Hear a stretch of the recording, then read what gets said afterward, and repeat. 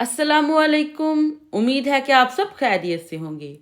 आज का हमारा लेसन है लेसन नंबर 65। इस लेसन में हम पढ़ेंगे जोलन। जोलन एक मोडाल वर्ब है। जैसे कि हमने पिछले लेसन में पढ़ा कि मोडाल वर्ब 6 होते हैं जर्मन लैंग्वेज में: खोनन, म्यूसन, जोलन, म्यूगन, वोलन एंड ड्यूफन। खोनन और म्यूसन के बारे में हम पिछले लेसन में पढ़ चुके हैं। आज का हमारा लेसन है जोलन। जोलन का मीनिंग होता है चाहिए। ये हुक्म देने के लिए, बेफैल यानी कि हुक्म देने के लिए, जैसे हम कहें, बच्चों को कहें कि अब आपको सो जाना चाहिए, तो ये हुक्म दे रहे हैं, हुक्म है। तो हम कहें कि अब आपको सो जाना चाहिए, तो ये है बेफैल हुक्म। इसके लिए हम जोलन को यूज़ करेंगे। इस तरह राटशलाक, राटशलाक कहते हैं नसीहत करने को। तो जब हम किसी को नसीहत करते हैं, जैसे कि कोई बीमार हो, तो हम कहें आपको डॉक्टर के पास जाना चाहिए, तो ये नसीहत कर रहे हैं, तो उसके लिए हम जोलन यूज़ करेंगे। नेक्स्ट है फ्रागे सुम वुंश, यानी कि ख्वाहिश के बारे में सवाल। तो इसके लिए भी हम जोलन यूज़ करेंगे। फॉर एग्जाम्पल, किसी को आपकी मदद की ज़रूरत है, तो आप उससे पूछें कि क्या आपको मेरी मदद चाहिए। ठीक है, तो उसके लिए भी हम जोलन का यूज़ करेंगे। नेक्स्ट है एम्फेलुंग।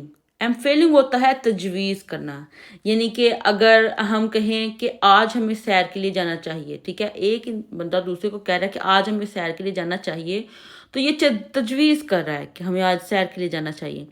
तो ये जो है उसके लिए भी हम जो है वो जोलन यूज़ करेंगे। नेक्स्ट है उमराट बिठन, यानी कि नसीहत के लिए पूछना, नसीहत के लिए कहना कि हमें नसीहत करें। तो कोई भी आपसे कोई काम इस तरह से हो जाता है, तो उसके लिए आप पूछें कि अब मुझे क्या करना चाहिए, तो आप जो है वहाँ पे भी जोलन का यूज़ करेंगे।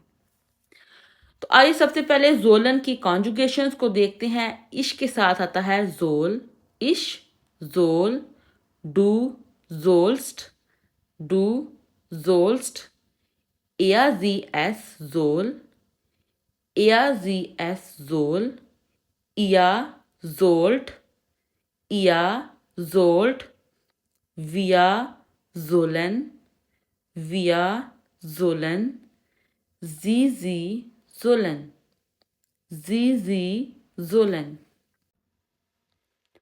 अब हम जोलन को सेंटेंसेस में यूज़ करते हैं। जैसे कि अगर हम कहें तुम्हें अब सो जाना चाहिए, तो उसके लिए हम जोलन यूज़ करेंगे। तो तुम्हें जो है इसको डू है, तो डू के साथ जो है वो कॉन्जुगेशन जोलन की होती है जोल्स्ट। तो आएगा डू जोल्स्ट येट्स श्लाफेन, डू जोल्स्ट येट्स श्लाफेन, तुम्हें अब सो जाना चाहिए। तो इसका सेंटेंस स्ट्रक्चर कुछ इस तरह से होगा कि सबसे पहले जो है वो सब्जेक्ट आता है डू, एंड सेकंड पोजीशन पे आएगा modal verb. Modal verb Jolen जो है वो मोडाल वर्ब है, तो जोल्स्ट यहाँ पे डू के साथ इसकी कॉन्जुगेशन है, तो सेकंड पोजीशन पे आएगा जोल्स्ट, एंड लास्ट पे हम फुल वर्ब लिखेंगे। फुल वर्ब जो है वो हमेशा लास्ट पे आता है सेंटेंस के। तो श्लाफन जो है वो एक फुल वर्ब है, तो आएगा ये लास्ट पे आएगा, तो सेंटेंस होगा डू जोल्स्ट येट्स श्लाफन। मोडाल वर्ब हमेशा सेकंड पोजीशन पे, एंड फुल वर्ब हमेशा एंड पे आएगा सेंटेंस के। इसी तरह नेक्स्ट एग्जाम्पल हम लेते हैं। जैसे कि हम किसी को नसीहत करें कि आपको डॉक्टर के पास जाना चाहिए, तो उसके लिए हम कहेंगे जी जोलन सुम डॉक्टर गेन, जी जोलन सुम डॉक्टर गेन। ठीक है, तो जी के साथ जो है वो कॉन्जुगेशन जो है वो जोलन की जोलन ही होती है, तो जोलन आएगा, जी जोलन। इसी तरह नेक्स्ट एग्जाम्पल है बच्चों को होमवर्क करना चाहिए। ठीक है, तो दी खिंडा जोलन हाउस ऑफ गार्बन माखन, कहेंगे दी खिंडा जोलन हाउस ऑफ गार्बन माखन। तो दी खिंडा जो है वो प्लूरल है, बच्चे हैं ज़्यादा, तो उसके लिए उसके साथ फिर हम प्लूरल के साथ हम जोलन का यूज़ करते हैं।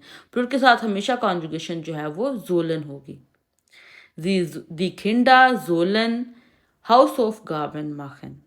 ओके, इसी तरह नेक्स्ट एग्जाम्पल है, अगर हम कहें कि आपको एक नई कार खरीदनी चाहिए। ठीक है, तो हम कहेंगे जी। आप के लिए हम जब हम फॉर्मल वे में किसी से बात कर रहे होते हैं तो उसके लिए हम जी यूज़ करते हैं, और जी के साथ जोलन की कॉन्जुगेशन जोलन ही होती है। तो हम कहेंगे जी जोलन ein neues Auto kaufen। जी जोलन ein neues Auto kaufen। अब हम नेक्स्ट सीखेंगे कि हम इंट्रोगेटिव सेंटेंसेस को किस तरह से बनाते हैं। अब हम जोलन के इंट्रोगेटिव सेंटेंसेस को बनाएंगे। तो इससे पहले हम देखेंगे कि इंट्रोगेटिव सेंटेंसेस जो हैं वो दो तरह के होते हैं, एक या नाइन फ्रागे एंड सेकंड है वे फ्रागे।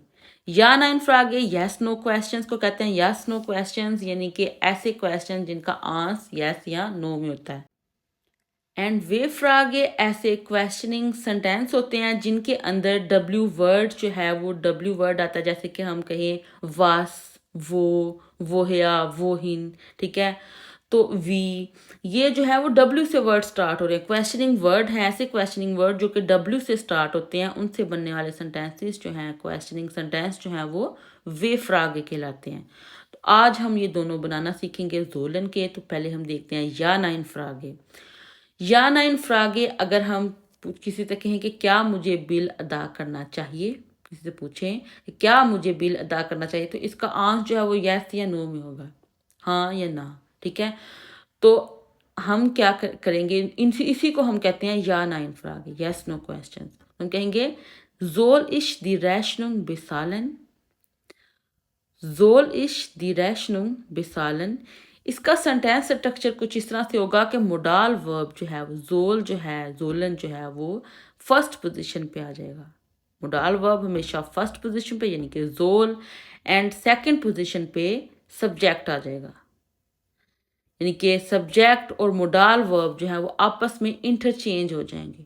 पहले सब्जेक्ट फर्स्ट पोजीशन पे आता था एंड सेकंड पोजीशन पे मोडाल वर्ब, अब जो है ये दोनों इंटरचेंज हो जाएंगे।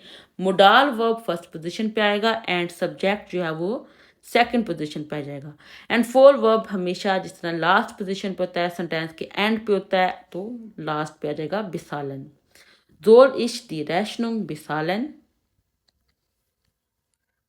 नेक्स्ट सेंटेंस है जोल इश दिया हेल्फन। जोल इश दिया हेल्फन, क्या मैं आपकी मदद करूं। नेक्स्ट है वे फ्रागे। अब हम देखेंगे कि हमने वे फ्रागे डब्ल्यू क्वेश्चंस हम किस तरह से बनाते हैं। डब्ल्यू क्वेश्चंस बनाने के लिए डब्ल्यू वर्ड यूज़ करते हैं। डब्ल्यू वर्ड क्या होता है, वास, वो है या वो हिन। तो इस सेंटेंस के अंदर अगर हम पूछें कि हमें क्या करना चाहिए, तो क्या के लिए क्या का जो है जो जर्मन ट्रांसलेशन है होती है वास। हम कहेंगे वास जोलन वी आर टून। वस जोलन वी आर ट्रून, हमें क्या करना चाहिए। तो इसका सेंटेंस स्ट्रक्चर इस तरह से होगा कि डब्ल्यू वर्ड जो है वो हमेशा फर्स्ट पोजीशन पे आएगा, सेकंड पोजीशन पे आएगा modal verb, and third position पे आएगा सब्जेक्ट, एंड एंड पे जो है वो फोल वर्ब आएगा यानी कि ठून। वस जोलन वी आर ठून। नेक्स्ट वे फ्रागे है इसे कब आना चाहिए।